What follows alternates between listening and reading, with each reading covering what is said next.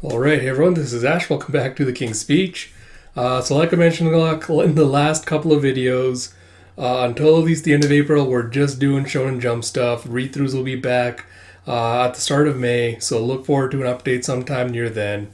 But like I mentioned, I'm keeping up with Shonen Jump this week.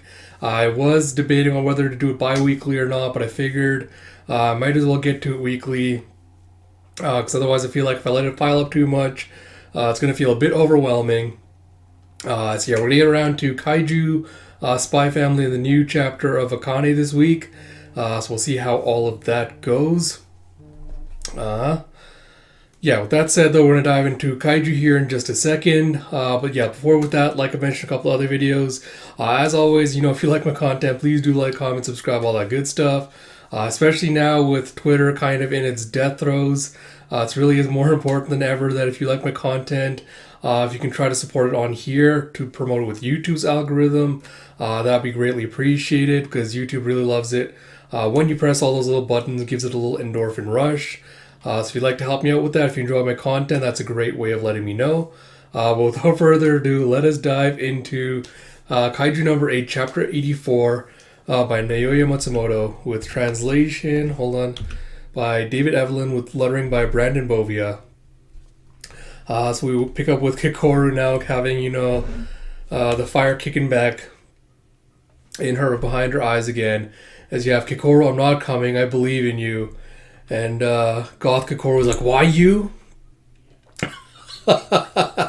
Nice. You see just a slash right across her chest as Kikoru just swings her axe and breaks through some of the little spider web neuroganglion that's been hanging around. He's like, how are you able to move? And she fires off like more of them to try and entrap her. And she's like, what's going on here? Is my mind hack not working? And she goes back inside and she sees that still baby Kikoru is crying there. She's like, no, it is working. Then how is she... Oh, and you have baby Kikoru just still wailing, going, I'm so sad. I'm so sad. I miss you, Daddy. Mommy. It's like, Mommy, I really did join the Defense Force.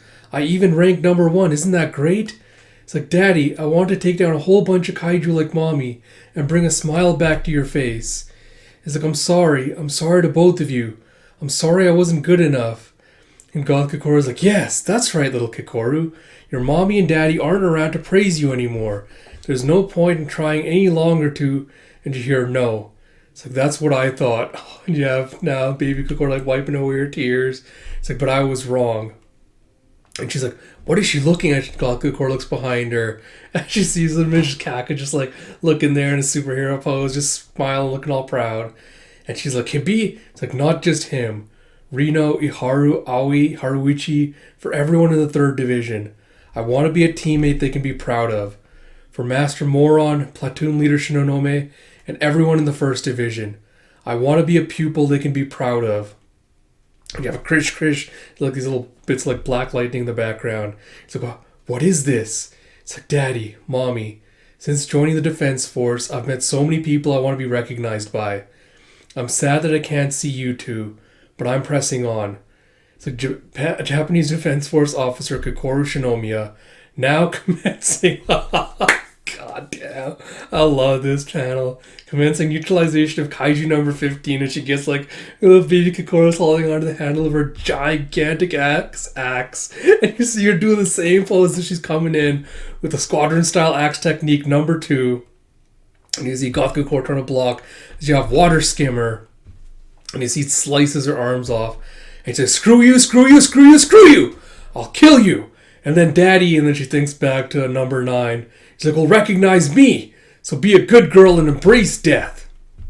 And she's like lashing out with her little tentacle arms again. And Kikoru just dashes through all of it and goes, thank you, number 15, for exploiting my weakness.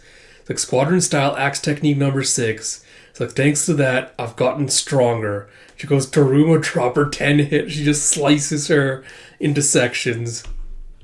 Alright. Man.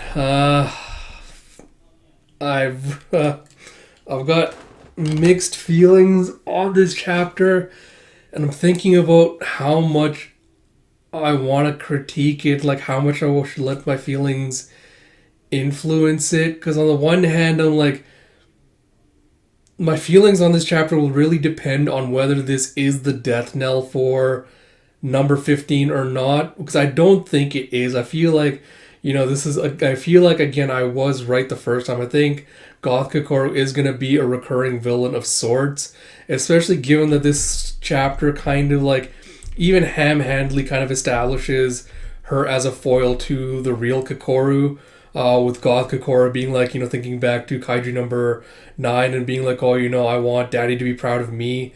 It's like I have to take you out for him to praise me and all that. So as a setup for a foil for Kokoro in that regard, I feel like this can't be the end for her just yet. I feel like, she's also gonna be like, I'm gonna come back stronger. I'm gonna overtake you so that daddy will praise me, all that. So I feel like bringing her back, keeping up that dynamic with Kokoro, contrasting them against each other would be really, really good, like, narrative stuff to focus on. On the other hand, I'm like, I don't, given how this chapter underutilized number 15, underutilized her skills, like how quickly Kikoro was able to overcome it, I'm not sure if she's going to become a recurring villain or not. So I feel like some of my feelings regarding this chapter will really eventually depend on what happens after this, what the conclusion to this arc is going to be. So on the one hand, I'm like, I really want to wait for that before passing judgment. On the other hand, I kind of also want to talk about why I felt let down by this chapter. So maybe I'll talk about that, and then if stuff does change in the next coming chapters, I can always kind of like, give Matsumoto-san credit for that. Kind of like talk about like how they change things around, like won back my trust, stuff like that. But I think the biggest disappointment I have with this chapter is the fact it kind of does it a little bit too much as a paint by the numbers of like, shonen tropes, where you have Kikoro being like, oh, I'm fighting for my friends, I have to move on, where she overcomes this weakness and like is able to take down her rival like effortlessly. Like, again, if this was something that had happened closer to, like, say 100 chapters from now, where they've clashed a couple of times and like Kikoro now finally managed to overtake and oversurpass her at that point, I feel like I wouldn't be so disappointed with how this played out. But the fact that it did, like, Kikoro overcame her weakness so quickly kind of disappoints me a little. And this is good. I know this is going to sound like, oh, Ashley just disappointed his theories didn't come true, or the plotline he wanted didn't come through, etc. and stuff. And you feel free to think that way if you want. But I do want to kind of talk about that because I feel like, again, this is a series that did not capitalize on the narratives that it introduced earlier, which I feel like would have made for a much more effective character arc for Kikoru. Because what was it, a couple of like 5-6 chapters back, we had the whole like, the concept of like the ghost in the machines, where Kikoru's talking about the fact like, she can sometimes see the shadow of her mother while wearing number 4's armor. And she's talking about how like number 4 was like judging her because he's like, oh, even the armor I'm wearing knows that, I'm not able to utilize its effectiveness to the extent that my mother was. I'll never be able to catch up to her. She was so much more, skilled and powerful than me, etc., etc. And, they're talking about the whole concept of like how, like sometimes the Kaiju's memories has like the data from past users inside of it. And back then I kind of talked about how I'd really love to see that being utilized. And I feel like this would have been the perfect arc for that, because you have Kikoro's whole thing being like, oh, I want my mom and dad to be proud of me. I want them to praise me. I want to know if I lived up to their expectations or not. And while I appreciate, the way she grows past that, kind of being like, yeah, it's sad and disappointing that I can no longer receive my parents' praise. I can't hear them say that they're proud of me, but there are other people now that are relying on me that I've become friends with. And I have to think about them as well. While I like that aspect of this, I would have liked to have seen Kikoru gaining a little bit more closure with her mother. And I feel like the Ghost in the Machine would have been a perfect way to do that, because you could have taken the concept, I feel like, of the Ghost in the Machine literally by having having it go through as, Kikoro being like, oh, it's literally, it's not just I'm seeing my mother's shadow through this hack. I'm literally able to access my memories. And I would think that would have been a really great way to kind of exploit this, is have Kikoru kind of experience her mother's memories through number four's armor. Have her experience the memories of her mother being like, thinking about all the time she's proud of Kikoru when, she saw Kikoru trying to like imitate her, learning like the fighting styles, talking about Kikoru being like, I want to grow up to be like you one day. And I feel like having Kikoru experience those memories of her mother through the armor would have been made for more effective narrative on the one hand. And I think the other way that also you kind of could have exploited it, again, this might happen in a future arc chapter, so maybe I'm being a little bit too preemptive here. But it would have also been really cool, I think, to see Kikoru kind of hijack the neural pathways backwards as well and kind of leap into Goth Kikoru number 15's memories. Because like I said, the whole, Goth Kikoru, like having a little flashback thinking to, oh, I want number 9, who's my, also my father. I want him to also be proud of me. Felt really, really kind of ham-handedly thrown into here to establish her as a foil to Kikoru.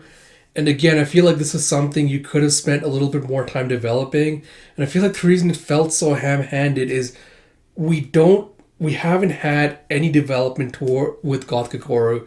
Like, we don't know how she was born. We don't know what purpose she was born for. We haven't seen any of her interactions with number 9 before this point. So tossing in this kind of flashback to her being like, oh, I want him to be proud of me. I need to take you down so he'll recognize me. It doesn't really land because we don't really know much about Goth Kikoru as an individual. So it kind of really falls flat when you're trying to establish this whole like, oh, this is her reasoning for why she has such a grudge against Kikoru, etc., etc. It doesn't really land if you don't do enough to kind of establish her as a character. And again, if this is kind of like the foundation or stepping stone for future development, that could be okay, but just the way it was kind of put in this chapter felt ham-handed to me. And like I said, if you had spent just a couple of more chapters before getting to the reversal of Kikoru being like, oh, I've surpassed you now, like I'm more powerful, thank you for, showing me how weak I was. If you wait a few chapters, if you had Kikoru doing the opposite, through the experiences and memories of her mother, if she hijacked the neural connection in number 4 and jumped into her own memories and used that as a platform to kind of have us experience her birth, see like flashes of what number 9 set her mission to be, stuff like that. I feel like that would lend to a more effective ending to this fight rather than this kind of rushed one. But yeah, it's a little bit disappointing. It ended so quickly with, the defense force kind of, doing like, oh, the cavalry are coming kind of moment.